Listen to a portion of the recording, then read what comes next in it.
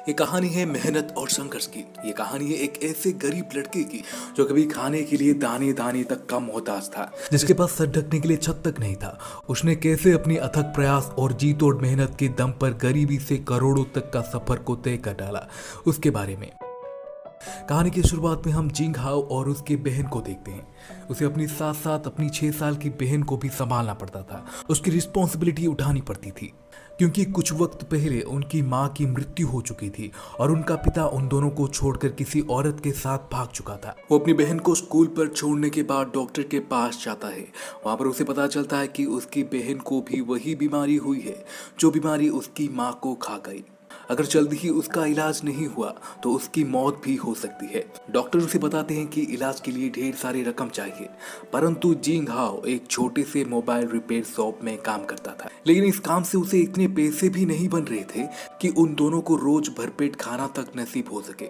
तो वो अपनी बहन के इलाज के लिए इतने पैसे कहाँ से लाएगा, और यही बात उसे अंदर ही अंदर खाए जा रही थी। अचानक एक रात को उसका फ्रेंड उसे एक वेयर हाउस पर बुलाता है। उसका दोस्त यहीं पर ही काम करता है। जिंग हाओ को वो एक विशाल फोन का ढेर दिखाता है।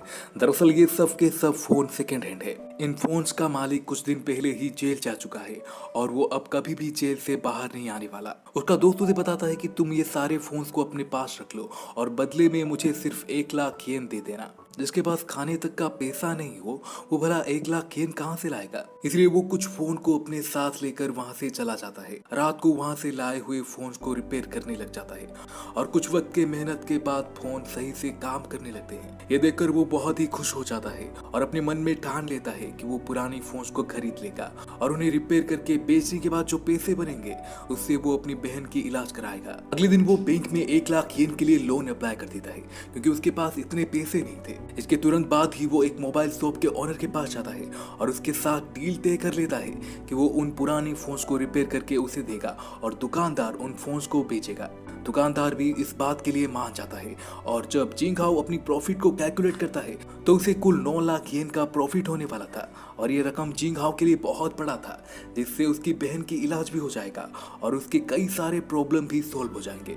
इस बीच 2 हफ्ते गुजर चुके हैं और अचानक उनकी कंट्री में एक नया बिल पास होता है जिसके तहत कोई भी सेकेंड हैंड मोबाइल नहीं बेच सकता।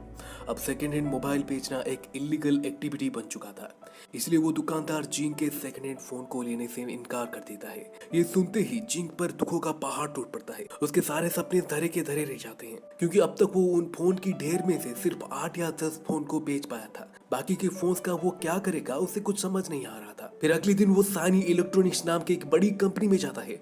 दरअसल ये इसी कंपनी के फोन्स को ही रिपेयर करके बेच रहा था और वो कंपनी के मैनेजर के पास जाता है और उसे बताता है कि उनकी कंपनी के ढेर सारे फोन उसके पास है। हालांकि उनको हमारी कंट्री में बेचा नहीं जा सकता, लेकिन हम उन फोन्स को रिपेयर करके दूसरी कंट्री में बेच सकते हैं। मैनेजर जिंग की बातों को सीरियसली नहीं लेता और उससे पीछा छुड़ाने के लिए उसे बोल देता है कि तुम एक फोन रिपेयर करके ले आओ, अगर वो क्वालिटी टेस्ट में पास करता है तो हम तुम्हारे फोन्स को खरीद लेंगे। दरअसल मैनेजर को पता था कि वो फोन क्वालिटी टेस्ट में पास नहीं करेंगे, फिर भी वो उसे झूठा सपने दिखाता है। इधर जिंग हाओ फोन को रिपेयर करने में अपनी जी जान लगा देता है। रिपेयरिंग के बाद वो उस फोन को क्वालिटी चेक के लिए भिजवा देता है और क्वालिटी चेक में भी वो फोन खरा उतरता है। जिंग खुश होकर सीधा मैनेजर के पास पहुंचता है, पर वो मैनेजर अपनी वादे से मुकर जाता है। यहाँ पर मैनेजर जिंग हाओ का इंसल्ट कर देता है और उसे कहता है कि तुम जैसे छोटे लोगों को इतने बड़े सपने देखने की कोई हक नहीं है। मैनेजर की कड़वी बातें उसके दिल पर तीर की तरह चुभती है। हालांकि उसे गुस्सा आ रहा था और रोना भी, परंतु उसे कुछ समझ नहीं आ रहा था कि वो करे तो क्या करे। इसलिए वो उस कंपनी के मालिक के पास जाता है, पर उसके पास बिल्कुल भी वक्त नहीं था क्योंकि उसे कहीं पर जाने के लिए ट्रेन पकड़ना था। कंपनी का मालिक वहां से निकल जाता है, परंतु जिंग हाओ हार नहीं मानता और अपनी स्कूटी लेकर उसका पीछा करने लगता है। इन सब के बीच उसका गाड़ी का 2 बार एक्सीडेंट हो चुका था और वो मरते मरते बचा था। फाइनली जिंग हाओ कंपनी के ओनर के पास पहुंच जाता है और उनके सामने अपना पूरा प्लान बताता है। कंपनी का ओनर भी इस बात के लिए मान जाता है।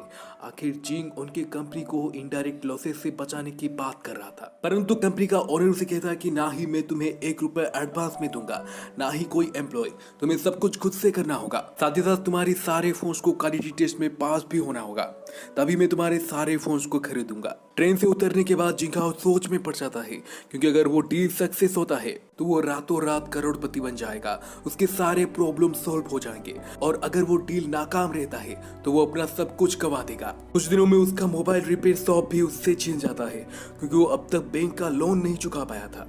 अब उससे उसका इनकम सोर्स भी छीन चुका है। दोनों भाई बहन की खाने के लाले तक पड़ चुके थे। अब जिंगाओ अपनी बहन की दवाइयों के लिए और उसे थोड़ा सा खाना खिलाने के लिए अपना स्कूटी तक बेच देता है, बट ज्यादा दिनों तक इस तरह से गुजारा नहीं हो सकता।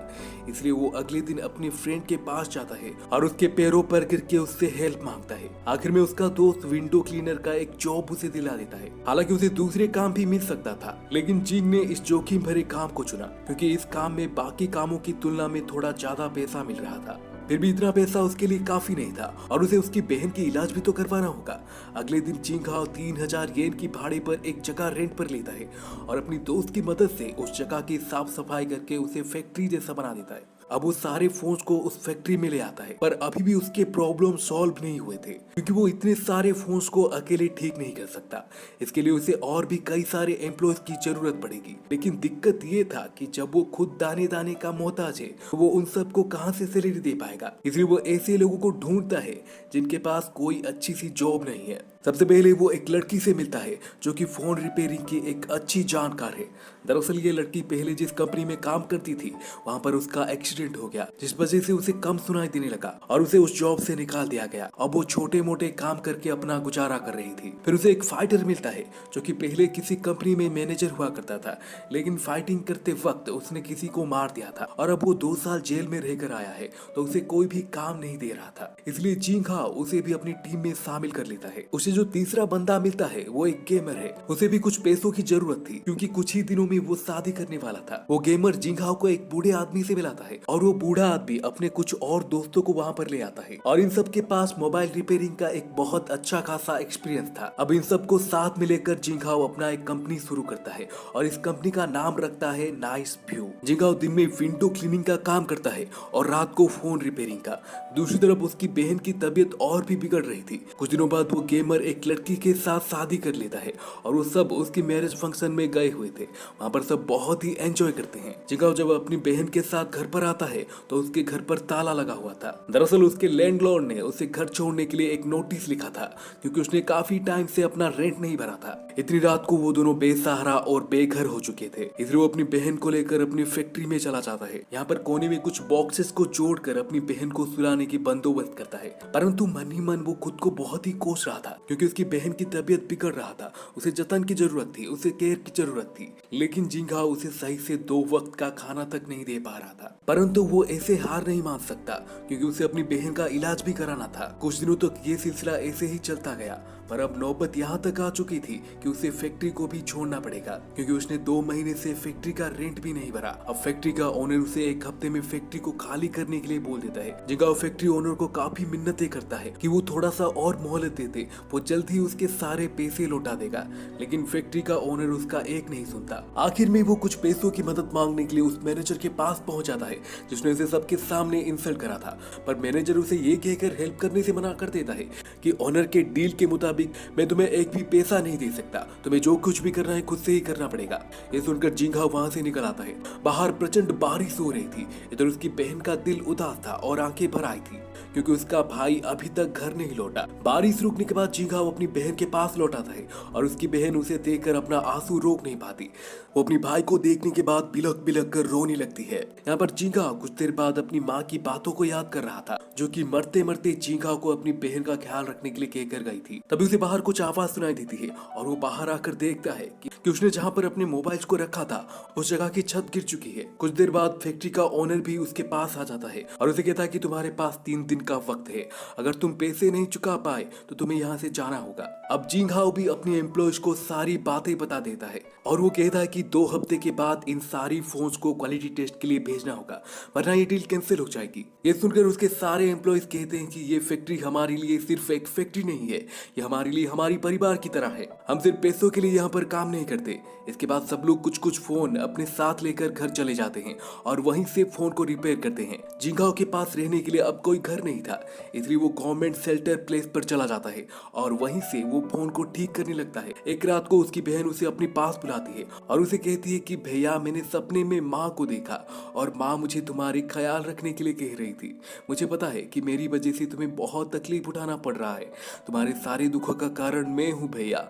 ये सुनते ही जिंगाओ अपनी बहन को गले से लगा लेता है। सच में ये सीन मेरे आंखों में भी पानी ला रहा था। खैर 2 हफ्ते बाद वो लोग सारे फोन्स को क्वालिटी टेस्ट के लिए भेज देते हैं।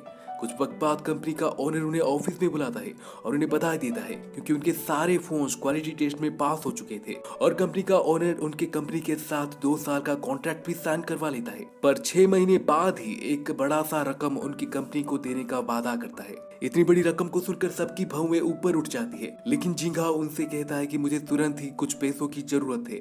अगर मुझे पैसे नहीं मिले तो मेरी बहन नहीं बच पाएगी। ये सुनकर कंपनी का ओनर भी इमोशनल हो जाता है और उसकी बहन की इलाज के लिए पैसों की बंदोबस्त करवा देता है। वो सब लिफ्ट के अंदर जाने के बाद बहुत जोर से चित्कार करते हैं, बहुत जोर से चिल्लाते हैं। सबकी आंखों में खुशी के आंसू थे। देखा जाए तो कहीं ना कहीं वो सब अपनी जिंदगी से और इस बेदर्द दुनिया से टुकराए हुए थे, लेकिन आज वो सब अपनी कड़ी मेहनत के दम पर सफलता की नई मुकाम को छू रहे थे। सच में मूवी की ये सीन बहुत ही खैर हमें दिखाया जाता है कि जिंगाओ की बहन का ट्रीटमेंट हो चुका है और वो एम्प्लॉइज उसके साथ काफी खुश नजर आ रहे थे। फिर कहानी 6 साल बाद शिफ्ट होती है। अब जिंगाओ का कंपनी नाइस व्यू एक नामचीन कंपनी बन चुका था और जिंगाओ एशिया का सबसे यंगेस्ट सीईओ।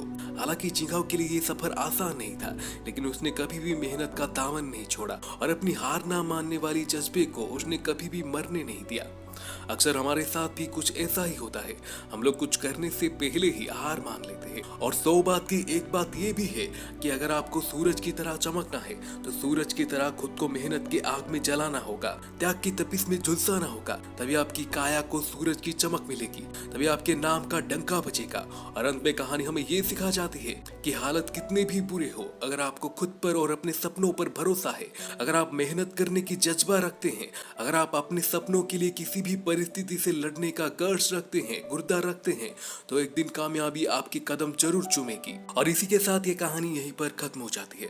तो दोस्तों, आपको हमारी ये कहानी कैसी लगी हमें कमेंट करके जरूर बताएं। अगर आपको हमारी कहानी पसंद आई तो प्लीज वीडियो को लाइक और शेयर करना मत भूलें। अगर आपने अभी तक हमारे चैनल को सब्सक्राइब नहीं करा है तो प्लीज चैनल को सब्सक्राइब करके बेल नोटिफिकेशन को ऑन कर लीजिए।